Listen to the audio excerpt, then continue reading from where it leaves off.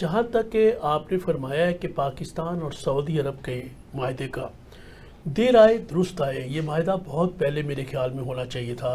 آج 78 سال بعد پاکستان کی بات یہ آج معاہدہ ہوا ہے، یہ پاکستان کی ترقی کے لیے بہت اچھا ثابت ہوگا۔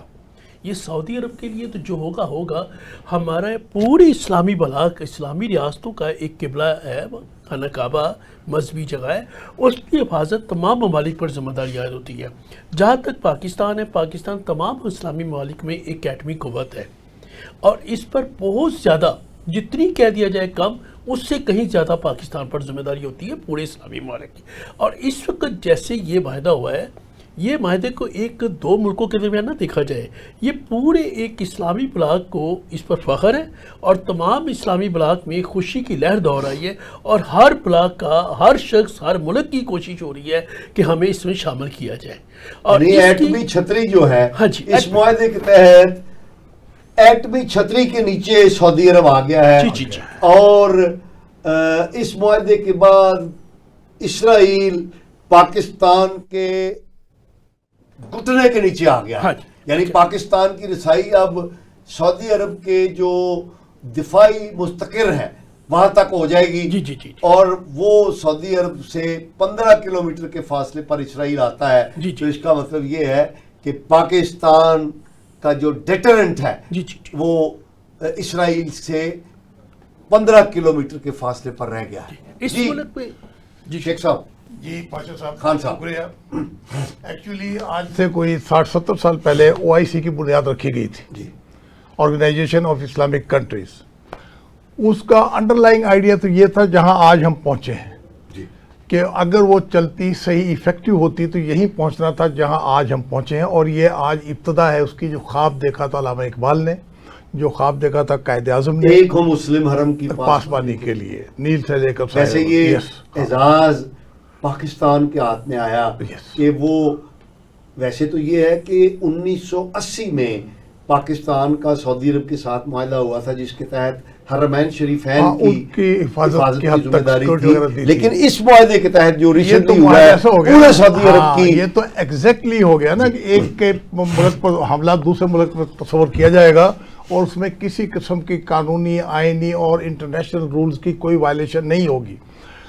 پاکستان کو سعودی عرب کے ڈیفنس کی ضرورت تو نہیں،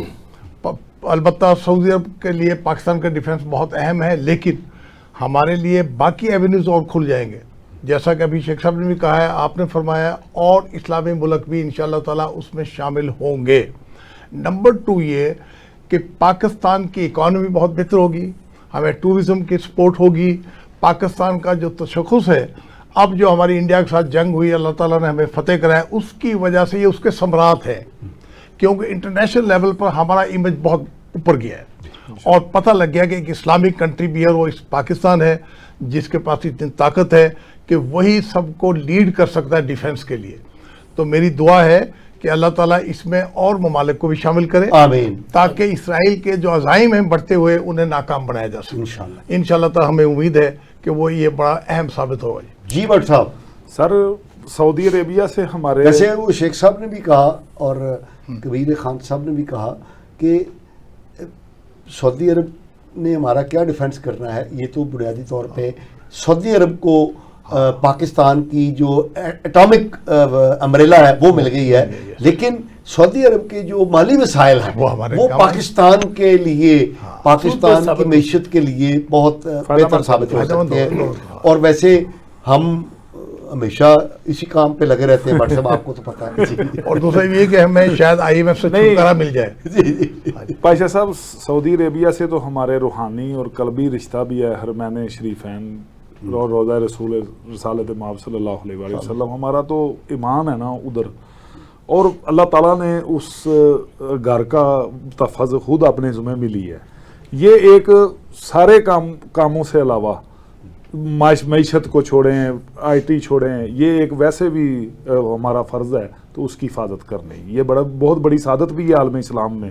اور یہ جو بلاک بننے جا رہا ہے نا، جو چوئی صاحب نے فرمایا، شیخ صاحب نے فرمایا، یہ تقریباً 50 ممالک کا، اسلامی ممالک کا بلاک بننے جا رہا ہے، جو پاکستان اور سعودی عرب کی چھتری کے نیچے ہی رہے گا۔